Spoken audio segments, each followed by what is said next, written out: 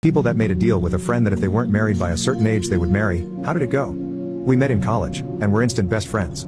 I was 20, she was 18, we spent all our time together, and were briefly lovers, but we never formally dated because both of us were very much into being wild and free and enjoying our youth. We dated other people on and off, but we talked about it and agreed that a committed relationship between the two of us would be an all or nothing kind of thing. Since neither of us wanted to give up our hedonistic, promiscuous, irresponsible lifestyle, we made a point of not committing to a relationship. A few years went by that way, and we were very happy, right up until her sisters died. It was a car accident. They were 16 and 18, and both were killed in the crash, dead on arrival at the hospital. My friend was utterly, completely devastated. It still hurts me to remember it, even now.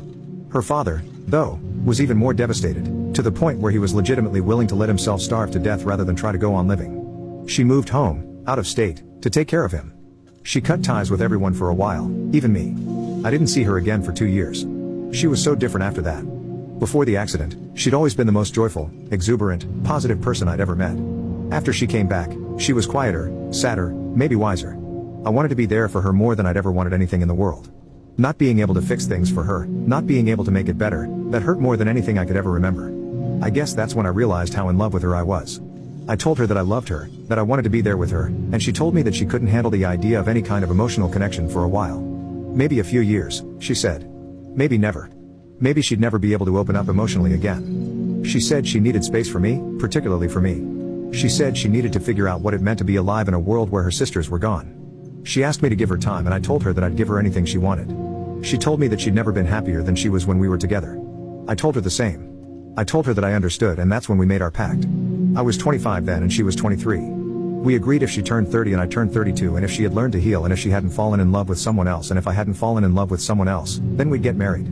So that's how we parted ways. She moved to Wyoming to be alone. I moved to Germany to get as far away from her as I could.